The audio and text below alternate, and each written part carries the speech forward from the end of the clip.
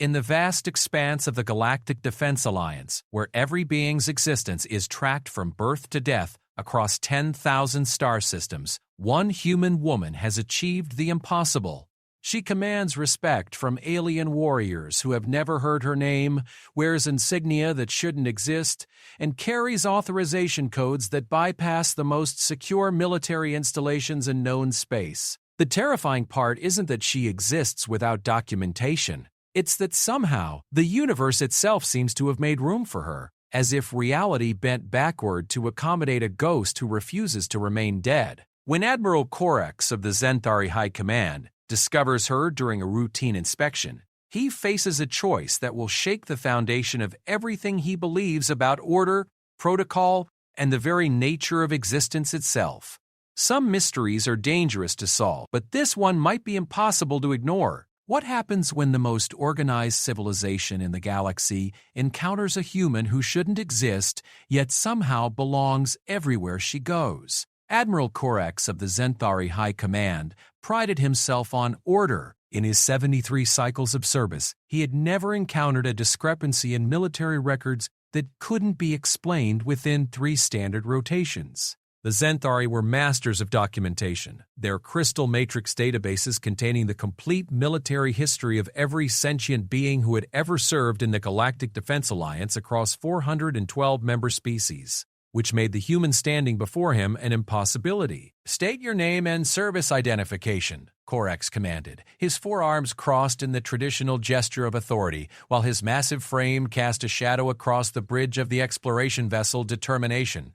The ship hummed quietly around them, its bioluminescent control panels casting an eerie blue glow across the assembled crew. The human woman stood at perfect attention, her dark brown hair pulled back in regulation military style, her green eyes steady and unflinching as she met his gaze. She couldn't be older than 30 standard years by human reckoning. Yet she wore the insignia of a lieutenant colonel with the casual confidence of someone who had earned every thread of it through blood and sacrifice. "Lieutenant Colonel Sarah Chen, sir." "Service number." She paused, and for a moment something flickered across her expression. Not confusion exactly, but a brief shadow of something deeper. "Service number Alpha 779 Delta Prime." Orcs felt his secondary stomachs clench. Alpha classifications were reserved for the highest levels of military intelligence, and the Prime designation was used only for operations that required complete information lockdown. Only 12 individuals in the entire alliance carried Alpha Prime clearances, and he knew all of them personally. "Computer," he barked, his voice carrying the harmonic undertones that marked him as a senior Zenthari commander. "Verify service record for Lieutenant Colonel Sarah Chen. Alpha 779 Delta Prime." The ship's artificial intelligence, a sophisticated system that could access the Central Alliance database instantaneously across thousands of light years, no record found for the specified individual. The bridge fell silent except for the soft humming of the ship's systems.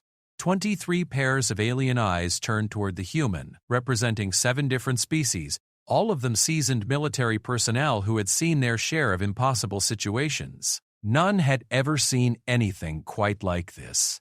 "Run a biometric scan," Orcs ordered, his voice dropping to the low register that indicated barely controlled anger. "Cross-reference with all human military personnel, active and inactive." Red scanning beams emerged from hidden projectors, bathing Chen in crimson light as they mapped every detail of her physical structure down to the cellular level. The process took 37 seconds, during which Chen remained perfectly still, her expression never changing from polite military attention. "Biometric scan complete," the computer announced. "No matches found in Alliance databases. No partial matches found. No similar genetic markers found in any recorded human lineage." Orcs felt his upper set of arms beginning to tremble, a reaction his species experienced when confronted with information that didn't fit their understanding of reality. "That is impossible. Every human in Alliance space has been catalogued since their species achieved interstellar capability 143 standard years ago." "Sir," Chen said quietly, her voice carrying a slight accent that Orcs couldn't identify. Perhaps there's been some kind of clerical error. These things happen, even to the Zenthari. The suggestion that the Zenthari could make clerical errors was so preposterous that several of the bridge crew made choking sounds. The Zenthari had not made a filing error in over 2,000 years of recorded history. Their entire culture was built around precision, documentation, and the absolute certainty that everything could be cataloged, cross-referenced, and verified. "Commander Telex," Corex said, addressing his second-in-command, a tall, ethereal being whose species communicated primarily through controlled telepathy. "Contact Alliance Central Command. Request immediate priority verification for this individual." Telex's crystalline features shifted in what might have been surprise. "Sir, that will require awakening the High Council." Such requests are typically reserved for planetary emergencies or first contact situations. Do it. While they waited for the response from Central Command, Corex found himself studying Chen more carefully. Her uniform was perfect, regulation in every detail, yet somehow it seemed more than regulation. The fabric had a quality to it that spoke of hard use and careful maintenance. The insignia wasn't just properly placed, it looked like it had been worn and earned rather than simply assigned. Her boots bore the subtle scuff marks that came from real field deployment, and her hands showed the calluses of someone who had handled weapons and equipment for years. Most telling of all, the other crew members had unconsciously arranged themselves around her in the pattern of military deference. Despite the questions about her identity, despite the complete lack of records, every being on the bridge was treating her exactly as they would treat any other lieutenant colonel.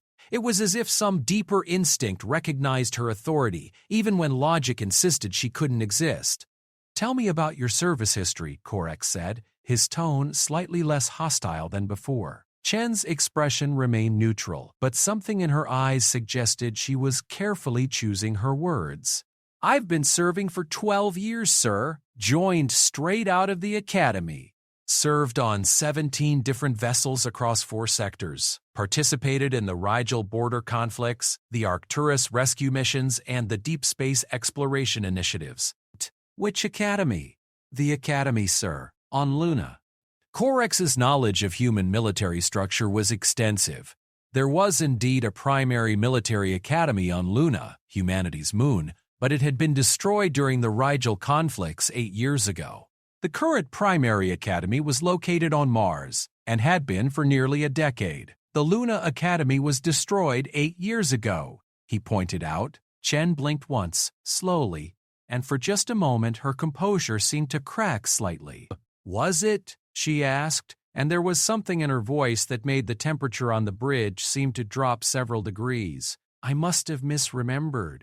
The response from Central Command arrived with the priority chime that indicated direct communication from the High Council itself. Corex activated the secure holographic display, and the image of Chancellor Vexstar materialized before them. The ancient Zenthari's expression carried the weight of someone who had been disturbed from important matters for what had better be an excellent reason. "Admiral Corex." The Chancellor's voice carried across the bridge with the authority of someone who had commanded fleets before most of the current crew had been born. "You have requested priority verification for an individual who does not exist in our databases." "Explain." "Chancellor, I have before me a human claiming to be Lieutenant Colonel Sarah Chen, carrying Alpha Prime clearance, who exhibits all the characteristics of a seasoned military officer, yet appears in no records of any kind. Her biometrics don't match any known human, and she claims to have graduated from an academy that was destroyed before she could have completed training there." The Chancellor's 4 eyes focused on Chen, who had snapped to an even more rigid position of attention. "You are the individual in question?" "Yes, sir." "Your service history includes the Rigel border conflicts?" "Yes, sir. I served aboard the destroyer Relentless during the siege of Rigel 7. We held position for 43 days while civilian evacuation was completed." Corex felt his secondary heart skip a beat. "The siege of Rigel 7 was classified information, known only to those who had participated directly or held the highest levels of security clearance. The details Chen had just provided were accurate, but they weren't details that appeared in any public record." "Chancellor," Chen continued, her voice steady but carrying an undercurrent of something that might have been pain. "Request permission to speak freely." The Chancellor's expression shifted to something that might have been surprise. "Granted, I know this situation is unusual. I know my presence here raises questions that don't have easy answers. But I also know that the Determination is scheduled to investigate the derelict vessel discovered in the Kepler Nebula, and I know that mission is going to require someone with specific expertise in ancient human technology." The bridge was so quiet that Corex could hear his own circulation system working. The mission to investigate the derelict was classified at the highest levels. Only 7 individuals in the Alliance knew the complete details, and he was one of them. "How do you know about the derelict?" he asked, his voice barely above a whisper. Chen met his gaze directly. "Because, Admiral, that's why I'm here." The Chancellor was quiet for a long moment, his ancient features unreadable. When he finally spoke, his voice carried a weight that seemed to press down on everyone present. "Admiral Corex, you will proceed with your mission as planned. Lieutenant Colonel Chen will accompany you as a specialist consultant. Her credentials are Teddy, verified." "But sir," Corex protested, "she doesn't exist in our records." "Admiral," the Chancellor interrupted, and his tone carried a finality that ended all discussion. "Some records are kept in places other than our databases. Some credentials are verified by means other than documentation. You have your orders." The holographic display went dark, leaving the bridge crew staring at each other in stunned silence.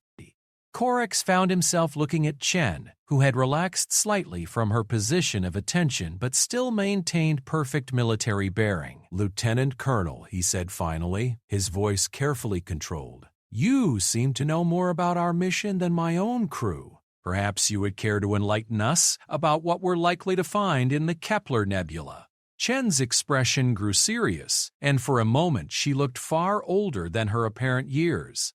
"What we're going to find, Admiral, is a ship that shouldn't exist, crewed by people who died long before they were born, carrying technology that was developed centuries before it was invented." She paused, her green eyes seeming to look through him rather than at him. "And if we're very lucky, we'll all live long enough to wish we'd never found it." The Determination continued on its course toward the Kepler Nebula, carrying its crew of dedicated military personnel and one impossible human who seemed to know far too much about where they were going. In the depths of space, among clouds of cosmic dust and stellar radiation, something ancient waited for them with the patience of the dead. Behind them, in the vast network of crystalline databases that recorded every detail of Alliance military service, a new file began to write itself. Service record for Lieutenant Colonel Sarah Chen, Alpha 779 Delta Prime. The file contained details of 12 years of exemplary service, 17 vessel assignments, and commendations for bravery that had been earned in battles that some databases insisted had never happened. The file completed itself and integrated seamlessly with the existing records, as if it had always been there. As if Sarah Chen had always existed, serving with distinction in an alliance that was only now beginning to remember her.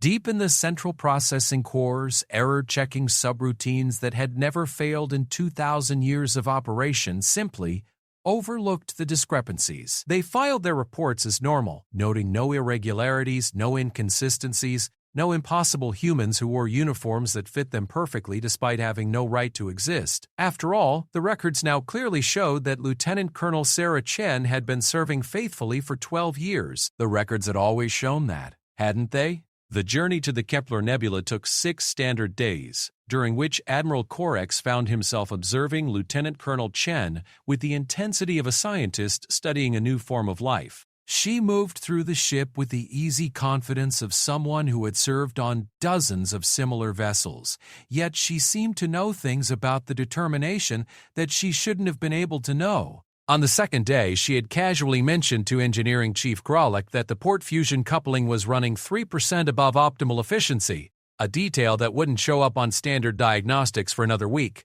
On the third day, she had helped medical officer Dr. Sina identify a rare bacterial infection in one of the crew members by recognizing symptoms that hadn't yet fully manifested. Each incident was small, explainable, yet they added up to a pattern that made Orcs increasingly uneasy. "Admiral," Commander Telek said, his crystalline features reflecting the blue glow of the bridge displays, "we're receiving some unusual readings from the nebula. The electromagnetic disturbance is far stronger than our initial surveys indicated." Orcs moved to the main tactical display, where swirling clouds of cosmic dust and energy painted a picture of beautiful chaos. The Kepler Nebula stretched across dozens of light-years, a stellar nursery where new stars were being born from the remnants of ancient supernovae. Hidden somewhere within those clouds was their target, a derelict vessel that had been detected by a deep space monitoring probe 3 months ago. "What kind of readings?" he asked. "Temporal distortion, sir. Nothing dangerous, but significant enough to affect our chronometers. We're looking at time dilation effects that shouldn't be possible in a standard nebula formation."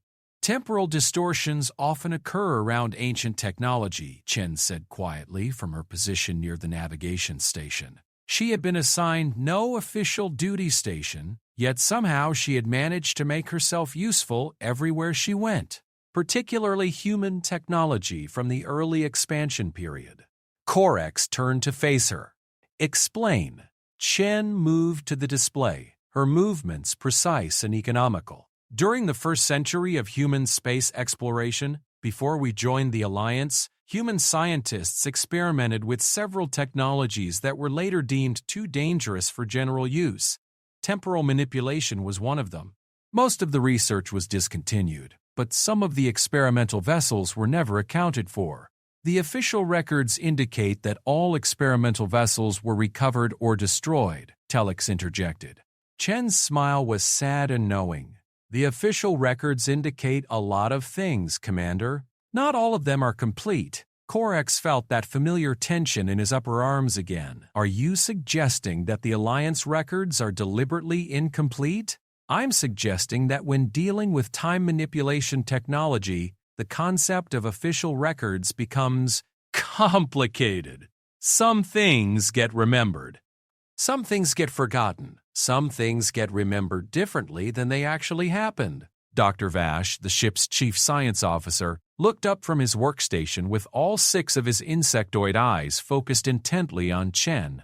"Lieutenant Colonel, are you implying that we're approaching a vessel equipped with functional temporal manipulation technology?" "I'm not implying anything, Doctor. I'm telling you directly. The ship we're going to find is the UES Temporal, launched from Earth in 2387. She was equipped with an experimental chronoton drive and carried a crew of 123 humans. She disappeared during her maiden voyage and was presumed destroyed. The bridge fell silent except for the humming of the ship's systems." Orcs accessed his personal database, searching for any reference to the vessel Chen had named. His search came back empty, but that wasn't surprising given the classified nature of their mission. What was surprising was the level of specific detail she was providing about a ship that supposedly didn't exist. "How do you know all this?" he asked. Chen was quiet for a long moment, her eyes fixed on the swirling display of the nebula. When she spoke, her voice carried a weight that seemed to press down on everyone present.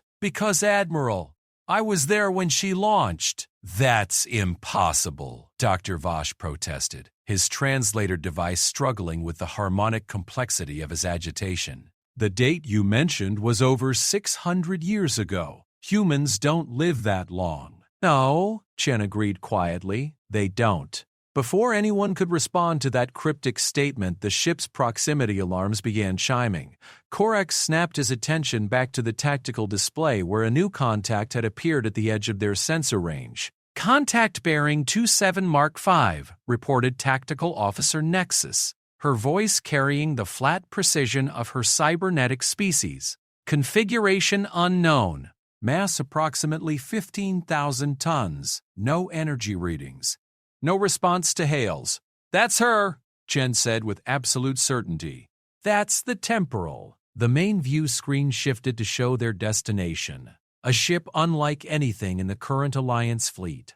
The vessel was clearly of human design, but from an era before standardization with Alliance specifications. Her hull was a dark metallic gray that seemed to absorb light rather than reflect it, and her configuration was all smooth curves and flowing lines that suggested speed and grace rather than the angular efficiency of modern military vessels. Most striking of all, the ship appeared to be completely intact.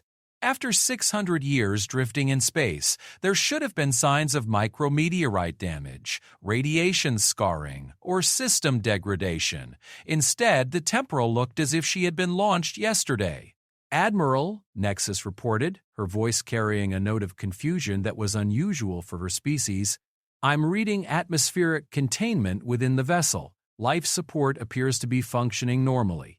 I'm also detecting, this is impossible, I'm detecting 123 human life signs." The bridge exploded into a chaos of voices as crew members began speaking at once, their words overlapping in a dozen different languages and communication methods. Corax raised all four arms for silence, and gradually the noise subsided. "Confirm that reading," he ordered. "Confirm, sir. 123 human life signs. All readings indicate normal biological function." Corax felt his secondary stomachs twist into knots. 600-year-old humans showing normal life signs aboard a ship that looks like it was built yesterday. "Time manipulation technology is a dangerous thing, Admiral," Chen said quietly. "It doesn't follow the rules that normal physics insist on." "Commander Telex," Corax said, his voice carefully controlled, "prepare a boarding party. Full containment protocols. I want environmental suits, portable life support, and enough firepower to handle anything we might encounter." "Sir," Chen interrupted, "I'd recommend against the environmental suits. The temporal's atmosphere will be safe for most Alliance species. The portable life support won't be necessary, and the weapons." She paused, considering her words carefully. "The weapons might send the wrong message to people who have been waiting 600 years for rescue." "Waiting for rescue?" Dr. Kent Vash's translator device emitted a series of complex harmonics. "Lieutenant Colonel, if those life signs are accurate, and if this vessel has indeed been missing for 6 centuries, then we're dealing with a situation that contradicts everything we understand about linear time." Chen nodded slowly. "Yes, Doctor, we are." "Then perhaps you can explain exactly what we should expect when we board that ship," Corax said, his voice carrying the edge of command authority that had served him well in dozens of difficult situations. Chen moved to the center of the bridge, and suddenly everyone's attention was focused entirely on her. Despite her impossible existence, despite the questions surrounding her identity, she commanded respect in a way that couldn't be faked or manufactured. "When we board the Temporal, we're going to find a crew that launched 600 years ago and arrived here yesterday. From their perspective, they've been in transit for approximately 3 weeks. They'll be expecting to rendezvous with a support fleet that no longer exists, to report to commanders who died centuries before most of us were born, and to complete a mission that was officially canceled before it began." She paused, letting that information sink in before continuing. "They won't understand why their communications equipment can't reach Earth Command. They won't understand why the star charts don't match their navigation computers. And they definitely won't understand why there are alien species serving alongside humans in what they'll see as human military uniforms." "How can you possibly know all this?" Telepathic abilities clearly straining to understand the thoughts behind Chen's words. Chen's expression grew distant, as if she were looking at something far away and long ago. "Because, Commander, this isn't the first time this has happened. The Temporal wasn't the only ship equipped with experimental chronoton technology. There were others. And every time one of them returns to normal space-time, the same questions arise, the same paradoxes emerge, and the same impossible situations develop." "Returns?" Corax felt his confidence in the laws of physics beginning to erode. "How many others?" 7, Chen said simply. 7 ships launched with temporal technology between 2385 and 2390. 3 were recovered within the first century. Two were destroyed when their drives malfunctioned. One was lost completely, presumed to have been scattered across multiple timelines. And the last, she gestured toward the view screen where the temporal hung in space like a ghost from humanity's past. The last was the temporal herself. Dr. Vash leaned forward in his chair, all Sik's eyes focused intently on Chen. Lieutenant Colonel, you're describing events that span more than 6 centuries of human history. No individual could have direct knowledge of all these incidents unless, he paused, his translator struggling with concepts that didn't have easy equivalents in his native language. Unless what, Doctor? Unless you're significantly older than you appear, or unless you exist somehow outside normal linear time. Chen's smile was sad and knowing. Doctor, what makes you think those are mutually exclusive possibilities? Before anyone could respond, the communications console chimed with an incoming signal. Officer Rickstar, whose species communicated through modulated electromagnetic pulses, gestured frantically at his display. Admiral, we're receiving a transmission from the temporal, standard human military frequency, though the encoding is about 6 centuries out of date. Put it through! The bridge speakers crackled with static, and then a voice emerged, speaking in slightly archaic human standard with the crisp professionalism of military training. Unknown vessel, this is Captain Marcus Webb of the United Earthship Temporal. Please identify yourself and state your intentions. We are currently operating under sealed orders and cannot divert from our mission without proper authorization. Corex looked at Chen, who nodded encouragingly. He activated the communication system, knowing that what he was about to say would either resolve the situation or make it infinitely more complicated. Captain Webb, this is Admiral Corex of the Galactic Defense Alliance vessel Determination. We are responding to your distress beacon and are prepared to offer assistance. The silence that followed lasted nearly a full minute. When Captain Webb's voice returned, it carried a note of confusion and perhaps a hint of fear. Admiral, I'm not familiar with the Galactic Defense Alliance. Our records indicate no such organization exists. Furthermore, our sensors indicate your vessel is of unknown configuration and appears to be crewed by non-human entities. Please explain the nature of your organization and your authority in this sector. Corex realized that they were about to engage in a conversation that would require explaining 600 years of human history to people who had experienced only 3 weeks. The task seemed impossible, yet somehow he found himself looking to Chen for guidance. She stepped forward and activated the communication system with the ease of someone who had done this many times before. Captain Webb, this is Lieutenant Colonel Sarah Chen. I'm transmitting my authorization codes now. You'll find them in your Alpha 7 classification files. Another long silence, followed by what sounded like frantic activity in the background of the transmission. When Webb's voice returned, it carried a note of recognition and relief. Colonel Chen, we have your codes verified. Request permission to come aboard your vessel for full briefing. We have questions about our current situation. Chen looked at Corex, who nodded reluctantly. Permission granted, Captain. We'll prepare to receive you and your senior staff. As the communications link closed, Corex found himself facing a situation that defied everything he thought he understood about reality.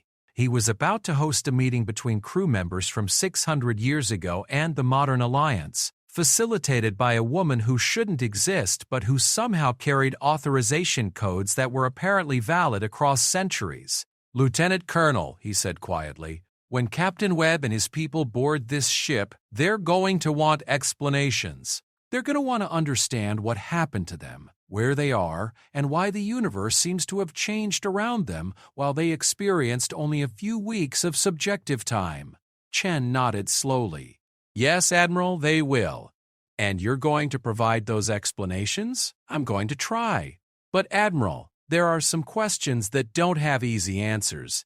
Some truths that are more dangerous than the mysteries they replace. What we discover here today may change how the Alliance understands time, space, and the nature of existence itself. She turned toward the view screen, where where the impossible ship waited with its cargo of 6th-century-old humans who had somehow arrived in the present. And some truths once learned can never be unknown. The docking procedure with the temporal proceeded with surprising smoothness, despite the fact that the ancient ship's docking systems predated Alliance standardization by several centuries. Chen had provided the technical specifications needed to establish a secure connection, information she claimed to have memorized from the original design documents. Admiral Orcs waited in the main conference chamber, alongside his senior staff, trying to prepare himself for a meeting that would likely redefine his understanding of reality. The chamber itself was a reflection of Alliance unity, designed to accommodate the environmental and cultural needs of a dozen different species. The lighting could be adjusted for various visual spectrums. The atmospheric composition could be modified for different respiratory systems, and the furniture could be reconfigured to suit different physiologies. Admiral Commander Telek said, his crystalline features reflecting the soft blue lighting of the chamber. I've been reviewing our sensor data from the temporal. The readings are unprecedented. The ship appears to exist in a state of temporal flux.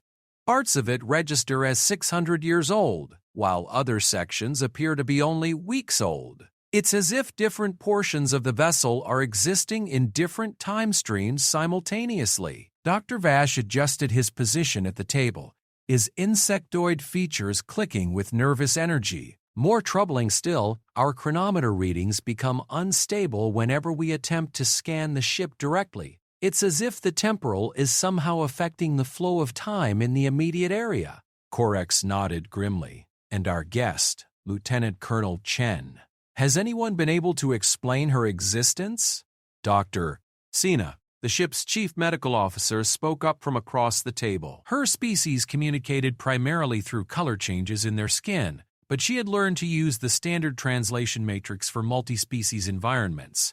I've attempted to perform a complete medical scan on the lieutenant colonel, but the results are contradictory. Her cellular structure appears completely human, but her neural patterns show signs of experiences that should be impossible for someone her apparent age. Her memory engrams suggest she has lived through events spanning several centuries, yet her physical development indicates she is no more than 30 standard years old. Temporal exposure, Chen said from the doorway, causing every being in the room to turn toward her. She entered the chamber with the quiet confidence that had characterized all her movements since she first appeared on their ship. Prolonged exposure to chronoton radiation can have unusual effects on human consciousness.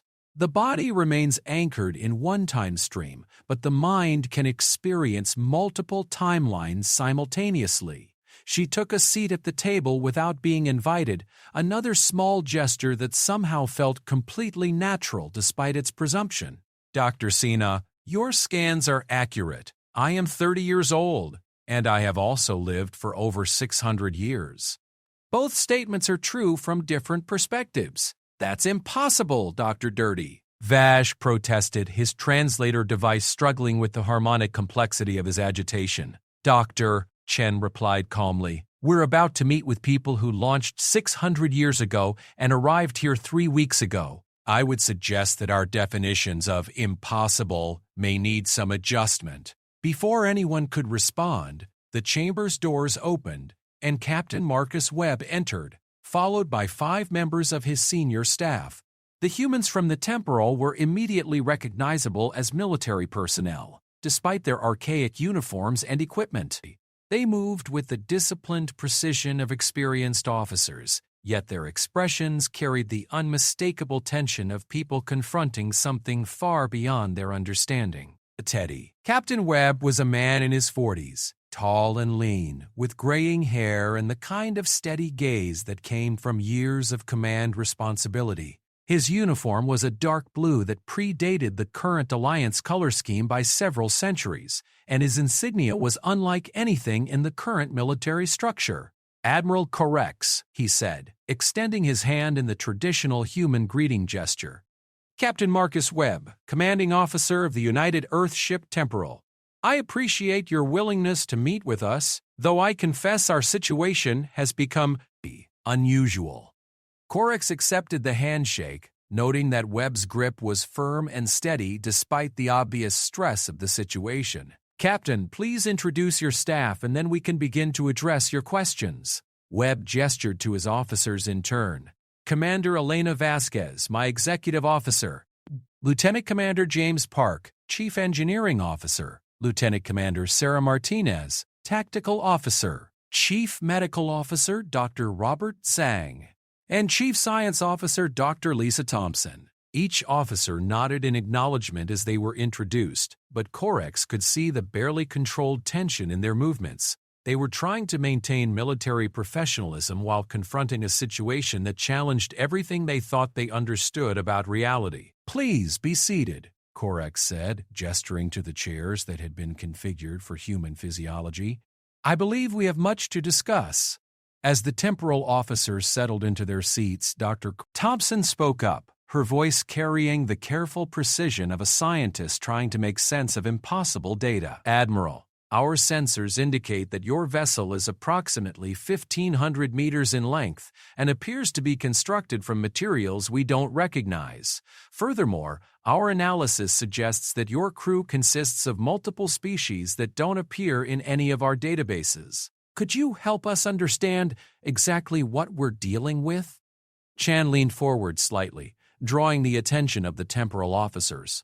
"Dr. Thompson, before Admiral Corex explains the current situation, perhaps you could tell us about your recent experiences. What do you remember about your mission?"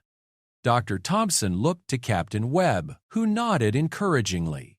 "We launched from Luna Base 3 weeks ago on a deep space exploration mission. Our objective was to test the experimental chronoton drive system and explore the possibility of faster-than-light travel through temporal manipulation. The mission was classified at the highest levels, known only to a few individuals in Earth Command." She paused, glancing around the table at the alien faces surrounding her. "We engaged a chronoton drive approximately 1 week into our mission. There was an initial period of disorientation, which we attributed to the temporal effects, but our instruments indicated that the drive was functioning within normal parameters. We emerged from what we assumed was our first temporal jump and found ourselves in this nebula, where we detected your vessel approaching." Commander Vasquez spoke up, her voice carrying a note of frustration. "What we don't understand is why our communications equipment can't reach Earth Command. We should be well within range of the primary communication network, but we're receiving no response to our transmissions." "Commander," Chen said gently, "what year do your chronometers show?" 2387, of course. It's been 3 weeks since we launched." Chen nodded slowly, then looked around the table at the faces of the Alliance officers. "Captain Webb, I need to inform you that according to our chronometers, the current year is 2987. Your ship has been missing for 600 years. The silence that followed was deafening. Corex watched the faces of the temporal officers cycle through confusion, disbelief, and gradually dawning horror as the implications of Chen's statement began to sink in. Captain Webb was the first to recover his composure. "That's impossible. We've only been in transit for 3 weeks. Our biological functions, our shipboard systems, everything indicates normal passage of time." "Captain," Dr. Vash interjected, his translator device working to convert his complex harmonic speech into standard human language, "we have verified your ship's identity through historical databases. The UES Temporal was launched in 2387 and disappeared during its maiden voyage. It has been presumed lost for over 6 centuries." Dr. Zhang, the medical officer from the Temporal, leaned forward with the intense focus of someone trying to solve a critical problem. "Assuming what you're telling us is accurate, what happened to Earth? What happened to humanity?" Admiral Corex looked to Chen, who nodded encouragingly. "Humanity is alive and thriving, Doctor. After your disappearance, Earth continued to develop spacefaring capabilities. approximately 400 years ago, humanity made contact with other intelligent species and eventually became a founding member of the Galactic Defense Alliance. The organization I represent includes over 400 member species working together for mutual defense and exploration. Commander Park, the engineering officer, spoke up with the practical focus of someone trained to solve technical problems. If we've somehow traveled 600 years into the future, then our families, our friends, everyone we knew is gone, Chen said quietly. I'm sorry, Commander. The people you knew lived full lives in the centuries you've missed. Humanity has honored the memory of the Temporal and her crew as heroes who sacrificed everything in the name of exploration and discovery. The weight of that revelation settled over the Temporal officers like a physical presence. Orcs watched as they struggled to process the magnitude of their loss, the completeness of their displacement from everything they had known. Lieutenant Colonel, Captain Webb said, his voice carefully controlled, you seem to know a great deal about our situation. You also appear to be human, despite serving in what you describe as a multi-species alliance. Could you explain your role in this? Chen was quiet for a long moment, and Korex could see her choosing her words with extreme care. Captain, I am what you might call a temporal specialist. My job is to help crews like yours transition from their original time stream into the current era. It's not a role that officially exists, because the situations that require it aren't supposed to happen. You've done this before? Commander Vasquez asked. Yes. The Temporal is the 7th ship to return from temporal displacement. Each crew faces the same challenges, accepting the loss of everything they knew, understanding their place in a universe that has changed beyond recognition, and deciding how to move forward with their lives. Dr. Thompson leaned back in her chair, her scientific mind clearly working to process the implications. 7 ships? How many were originally equipped with chronoton drive systems? 7, Chen replied simply. The mathematical precision of that answer seemed to resonate with something in the temporal officers. They looked at each other with the kind of silent communication that came from years of serving together, and Korex could see them reaching the same conclusion he had already reached. You're saying that every ship equipped with chronoton technology eventually returns? Captain Webb asked. I'm saying that temporal manipulation doesn't follow the rules we expect it to follow. Time isn't linear, Captain. It's more like a web, with threads connecting different points across centuries. When you engage chronoton technology, you don't just move through space. You move through the web itself, and sometimes that means arriving at a destination before you left, or centuries after you intended. Commander Park leaned forward with the focused intensity of an engineer trying to understand a complex system. Lieutenant Colonel, if what you're saying is accurate, then every ship that engaged chronoton drives was essentially guaranteed to become temporally displaced. Not guaranteed, Chen corrected, but highly probable. The technology was experimental for good reasons. Humanity learned from your experiences and eventually developed safer methods of faster-than-light travel. Our experiences? Dr. Zhang asked. But we only just arrived, Chen smiled sadly. Doctor, from your perspective, you've just arrived. But the ripple effects of your displacement have been felt throughout history. The disappearance of the temporal led to a complete rethinking of temporal manipulation research. The safety protocols developed as a result saved countless lives in subsequent decades. Your sacrifice, though unintentional, contributed to the advancement of human knowledge and safety. Korex watched the exchange with growing fascination. Chen was handling a nearly impossible situation with skill that suggested she had indeed done this before. She was providing information and comfort to people whose entire world had been destroyed by the passage of time, while simultaneously revealing truths that challenged the understanding of everyone present. Lieutenant Colonel, he interjected, what happens now? These officers and their crew are 600 years displaced from their original time. They have no families, no homeland, no place in the current military structure. What options do they have? Chen turned to face the temporal officers directly. You have several choices, though none of them are easy. You can request integration into the current Alliance military structure. Your experience and skills would be valuable, and there are procedures in place for incorporating personnel from different eras and cultures.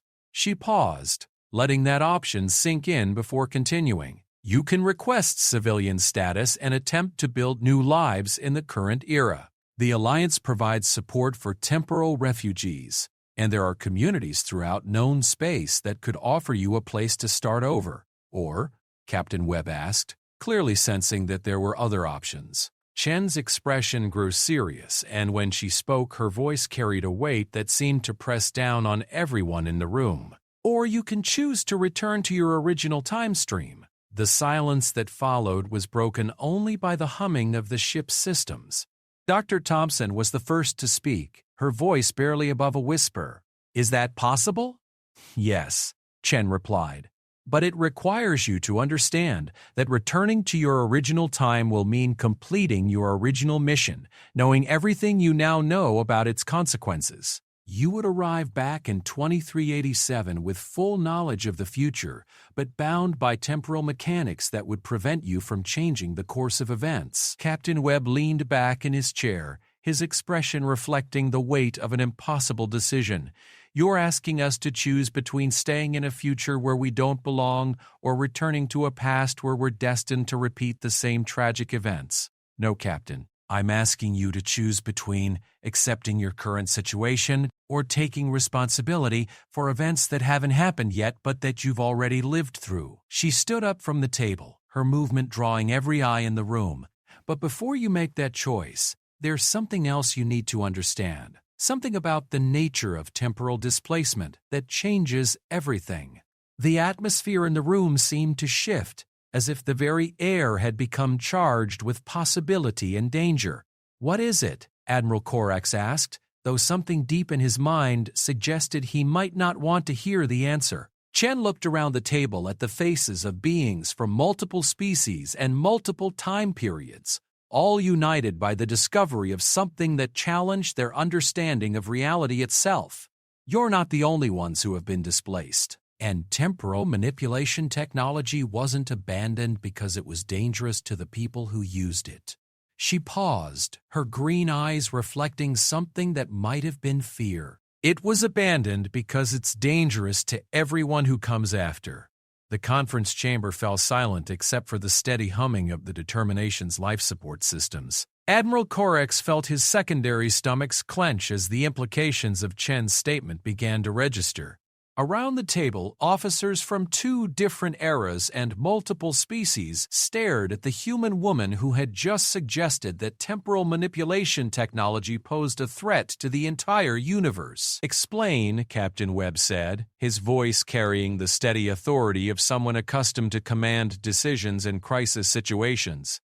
Chen moved to the chamber's main display screen, her fingers dancing across the holographic interface with the practiced ease of someone thoroughly familiar with Alliance technology. The display shifted to show a 3-dimensional representation of local space, with the Kepler Nebula at the center and various stellar formations surrounding it. "When the first chronoton drive was activated in 2385, it didn't just move the test vessel through time," she began, her voice taking on the cadence of someone delivering a technical briefing.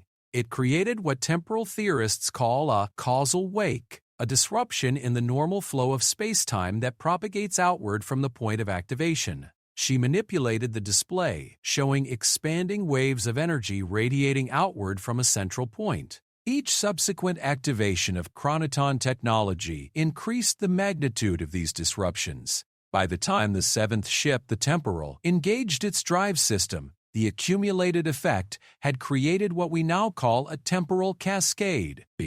Dr. Thompson leaned forward, her scientific training evident in her focused attention to the technical details.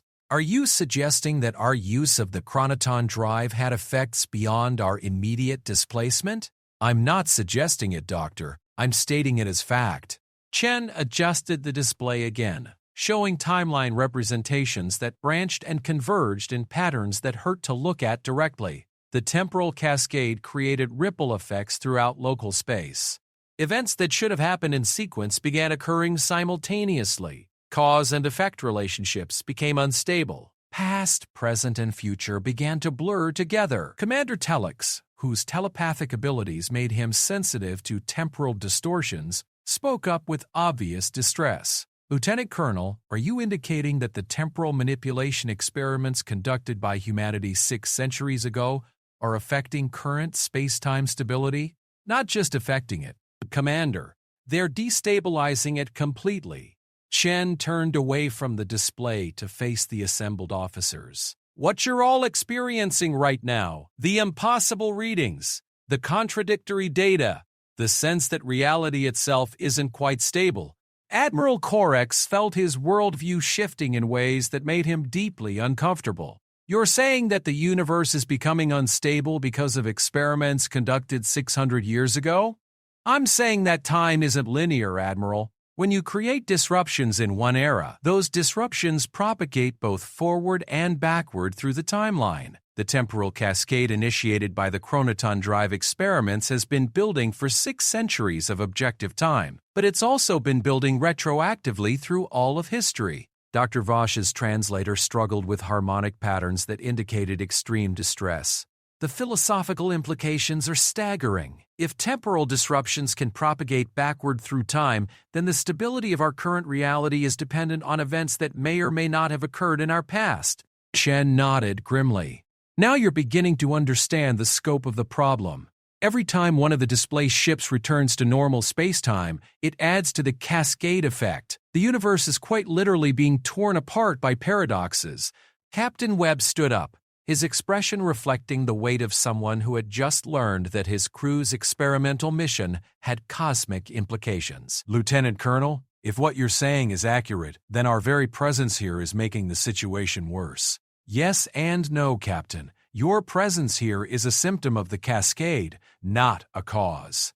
The cascade was initiated the moment the first chronoton drive was activated. Everything since then has been the universe attempting to resolve an impossible equation. Commander Vasquez spoke up, her voice carrying the practical focus of an experienced executive officer. What does resolve the equation mean in practical terms? Chen was quiet for a moment, and when she spoke, her voice carried a weight that seemed to press down on everyone in the chamber. It means that reality is going to stabilize eventually, one way or another. Either the cascade effect will find a resolution that allows the universe to continue functioning, or Dr. Zhang prompted. Or space-time will collapse completely, taking everything and everyone with it. The silence that followed was broken by the sound of Admiral Korex's chair creaking as he leaned back, trying to process the magnitude of what he was hearing. Lieutenant Colonel, you're describing a threat to the existence of the universe itself. Why hasn't the Alliance been informed of this situation? Chen's smile was sad and knowing. Admiral, who do you think has been working on this problem for the past 6 centuries? Why do you think the temporal research programs were discontinued? Why do you think I exist outside normal records and databases? You're part of some kind of classified project, Commander Telex stated, his telepathic abilities providing insights that the others couldn't access directly. I'm part of a project that technically doesn't exist, because acknowledging it officially would require admitting that the universe is fundamentally unstable. The Temporal Science Division operates outside normal alliance structure precisely because the problems we deal with can't be solved through conventional means. Dr. Thompson leaned forward, her scientific curiosity overcoming her shock at the revelations. What kind of solutions are you working on? We've identified several possible approaches, Chen replied. Manipulating the display to show complex mathematical formulae and temporal mechanics diagrams. The most promising involves what we call causal repair, finding ways to close the temporal loops that are causing the cascade effect. That would require resolving all the paradoxes created by the chronoton drive experiments, Dr. Vash observed, his harmonic speech patterns indicating rapid calculation and analysis. Exactly. Which brings us to why I'm here, and why this meeting is more important than any of you realize. Chen turned to face Captain Webb directly. Captain, the return of the temporal represents a unique opportunity. You and your crew are the final unresolved paradox in the cascade sequence. How you choose to proceed will determine whether the temporal cascade stabilizes or accelerates beyond any possibility of control. Captain Webb exchanged glances with his officers, the silent communication of a command team that had served together for years. What are our options? As I mentioned before, you can choose to remain in this time period and attempt to build new lives. That option would stabilize your personal temporal displacement, but would leave the larger cascade unresolved. Paused, her expression growing more serious. You can choose to return to your original time frame, but that would require completing your mission with full knowledge of its consequences. That option would create a closed temporal loop, potentially stabilizing the immediate cascade but raising questions about predestination and free will. Or, Captain Webb asked, clearly sensing that there was a third option. Or, you can choose to participate in active causal repair. Your unique position as temporally displaced individuals gives you capabilities that people locked into linear time don't possess. You can work with the Temporal Science Division to identify and resolve the paradoxes that are driving the cascade effect.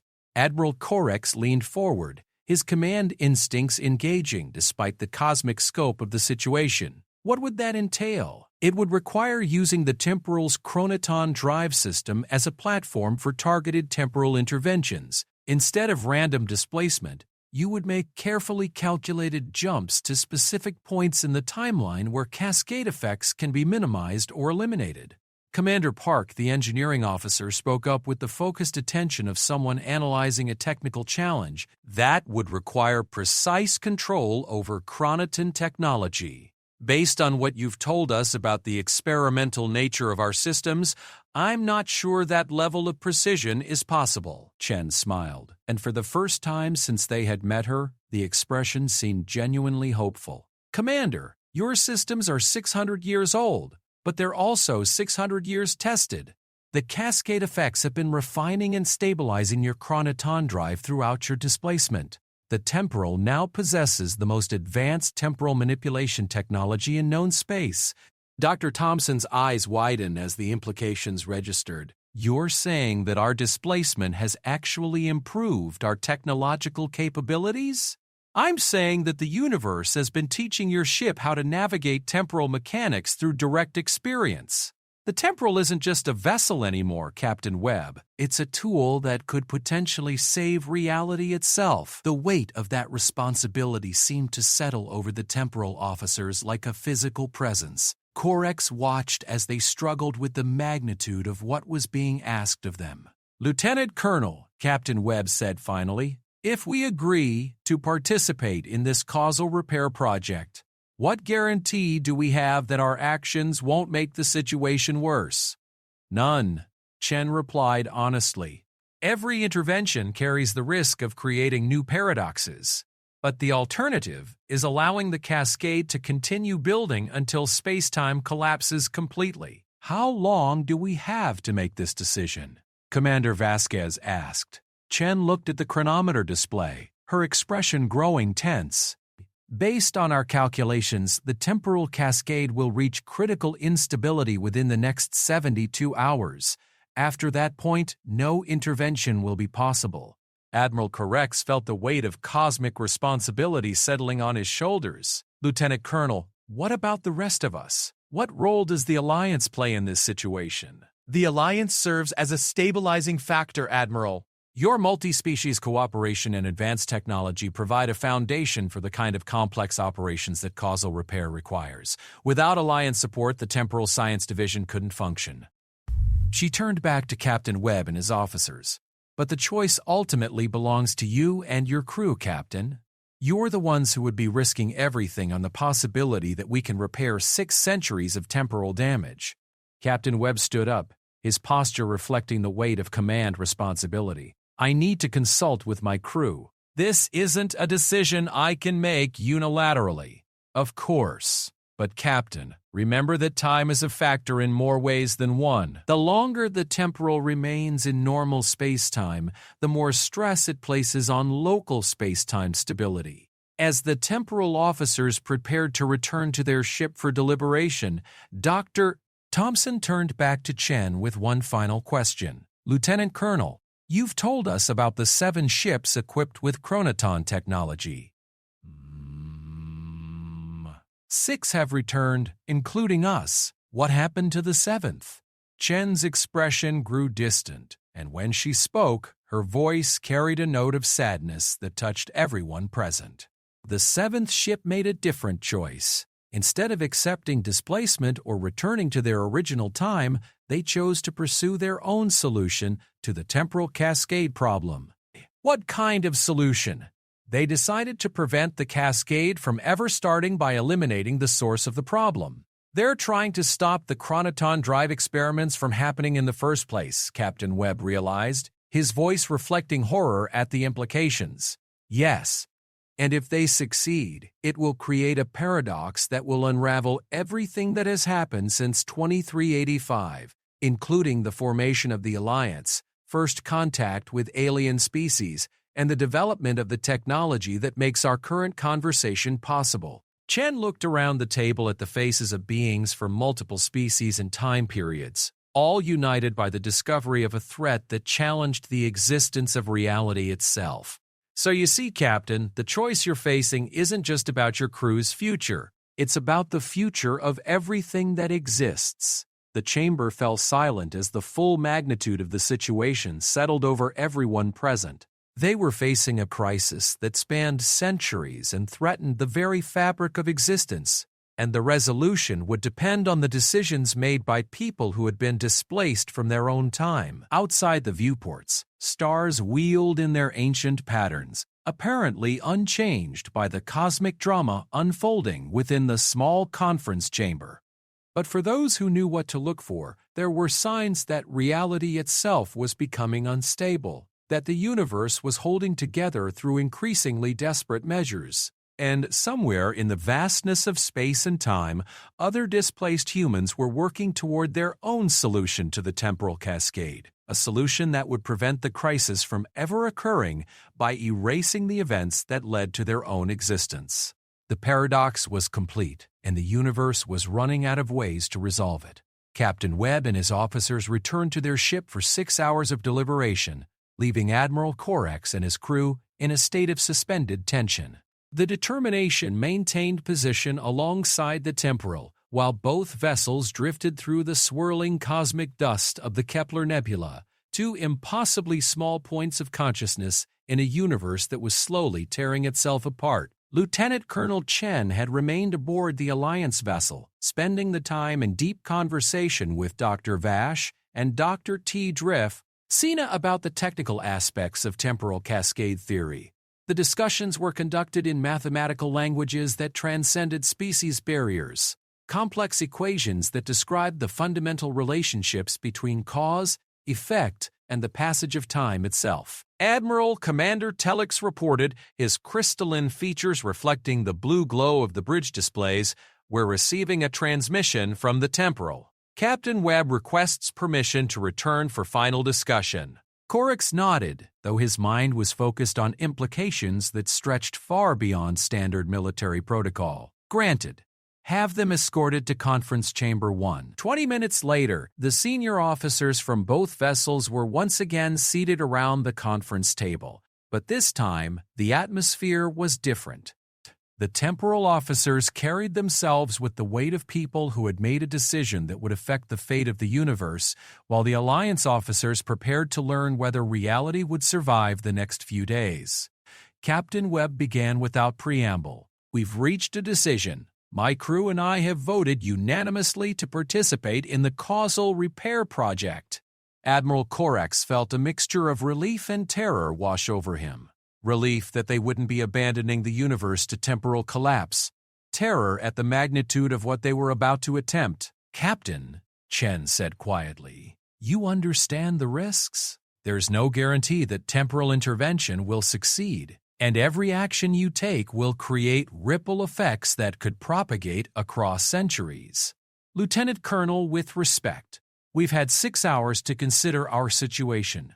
We're military officers who took an oath to protect humanity and its allies.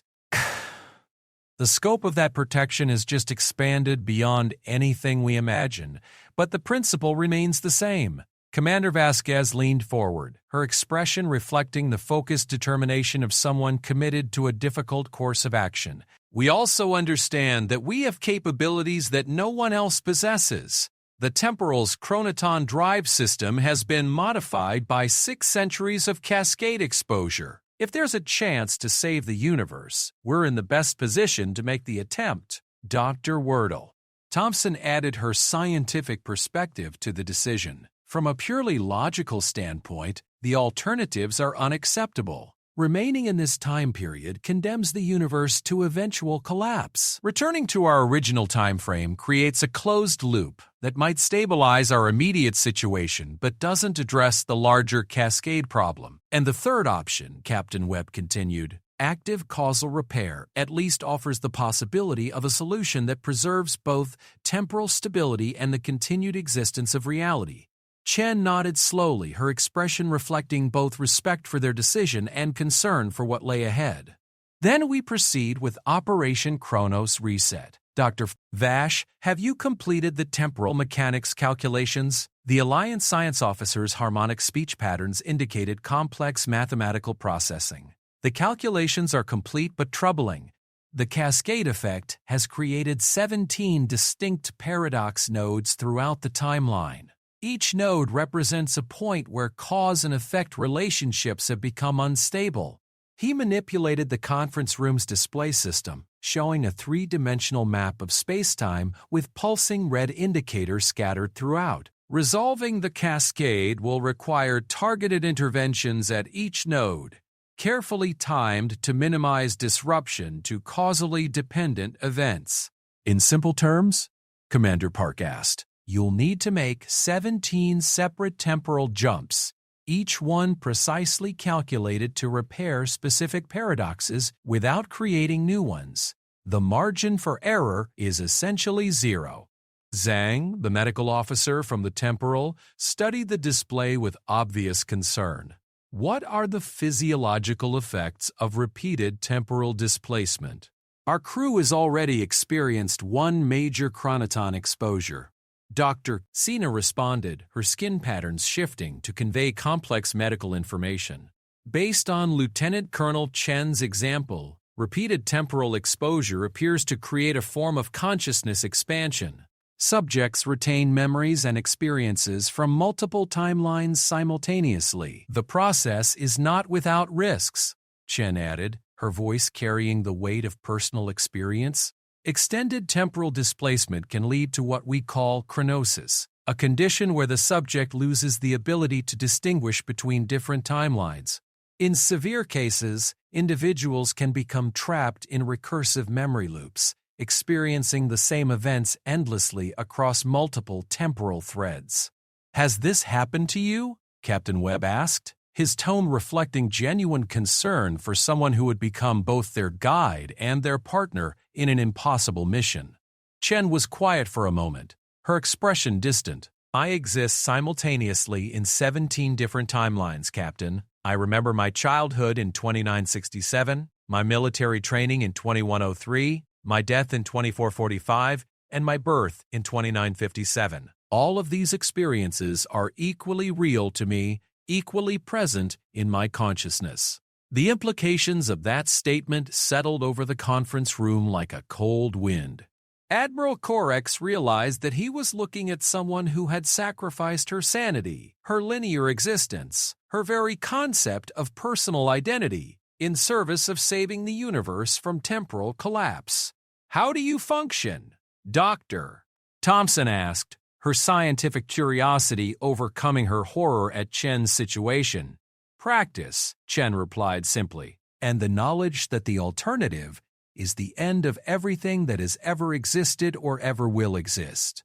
Commander Telex leaned forward, his telepathic abilities apparently providing insights into Chen's condition that the others couldn't access. Lieutenant Colonel, your mental patterns suggest that you're experiencing temporal displacement even now during this conversation. You're simultaneously existing in multiple versions of this meeting, aren't you? Yes. In Timeline 7, Admiral Corex refuses to allow the operation to proceed. In Timeline 12, Captain Webb's crew decides to return to their original time frame.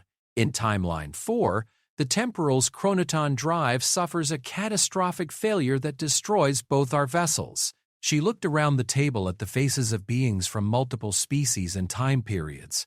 In Timeline 1, we succeed completely, resolving all paradoxes and stabilizing space-time. In Timeline 17, she paused, her expression growing dark. In Timeline 17, we discover that we're too late, that the seventh ship has already succeeded in preventing the cascade from starting, and we watch reality unravel around us as everything we know ceases to have ever existed. The weight of that revelation pressed down on everyone present. They were attempting to save a universe that might already have been doomed by the actions of people trying to accomplish the same goal through different means. How do we avoid Timeline 17? Admiral Corax asked. By moving faster than they do. The seventh ship, the UES Quantum, has been working on their solution for over a century of subjective time.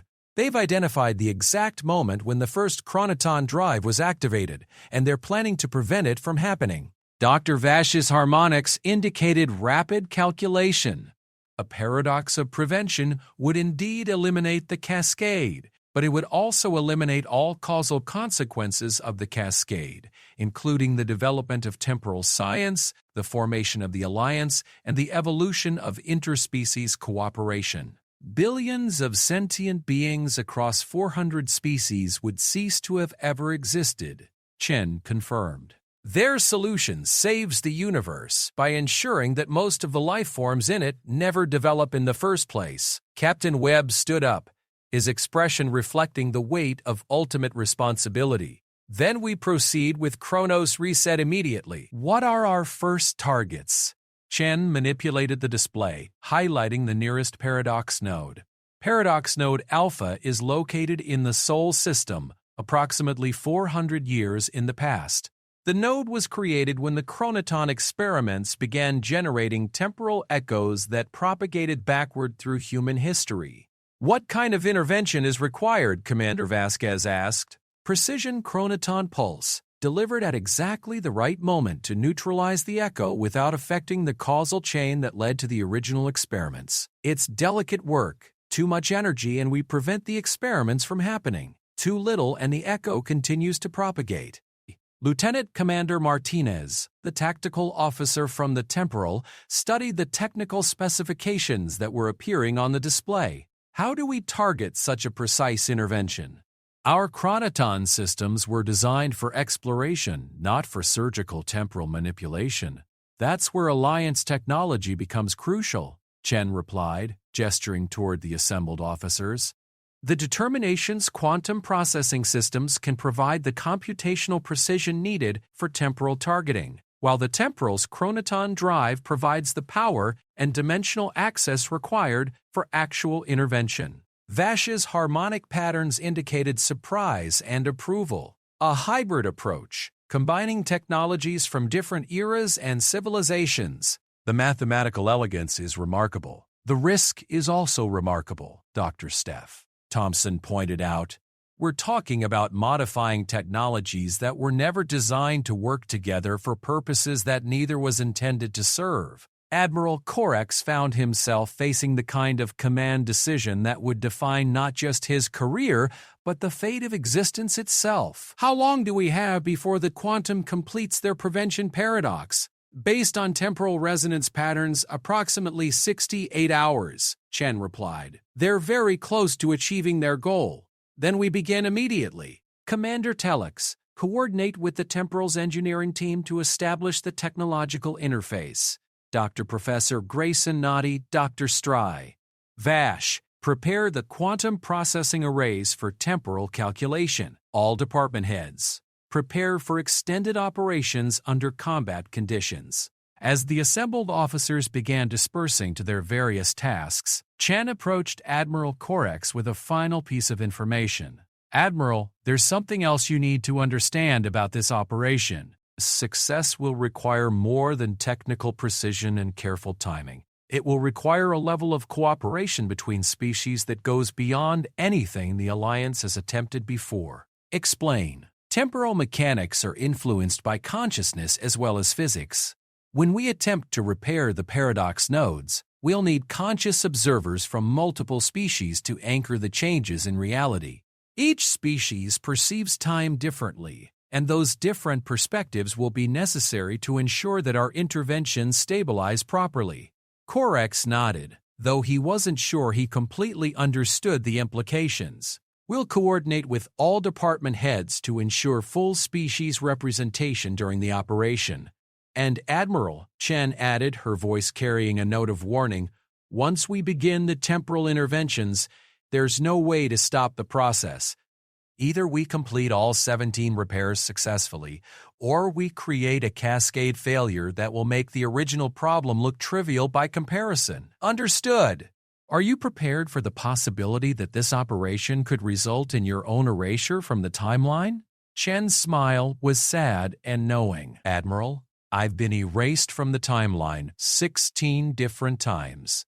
At this point, existence is a luxury rather than an expectation." She turned toward the door, then paused for a final comment. "But if we succeed, if we actually manage to stabilize space-time and resolve the cascade paradoxes, then maybe, just maybe, I'll get to exist in a single timeline again. I've forgotten what linear time feels like, and I'd very much like to remember." As the conference room emptied and the crews of both vessels prepared for an operation that would determine the fate of the universe, Admiral Corex found himself contemplating the nature of sacrifice.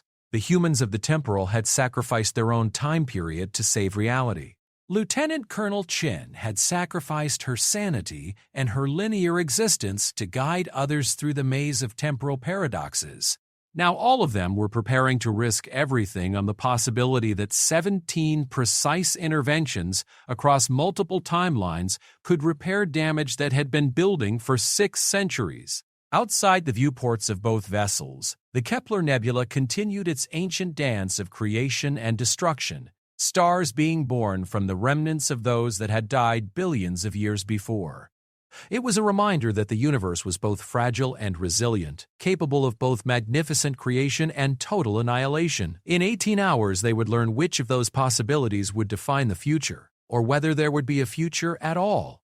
The operation to save reality was about to begin, and the only certainty was that by the time it was finished, nothing would ever be quite the same again. For those beings capable of surviving what was coming, the universe would be a place where humans and aliens worked together not just for mutual benefit, but for the preservation of existence itself. It would be a place where the impossible was merely challenging, where the barriers between species were transcended by shared purpose, and where the courage of individuals could literally reshape the fabric of reality. It would be a universe worth saving. She doesn't appear in any files, yet the uniform fits her perfectly. Best HFY Stories.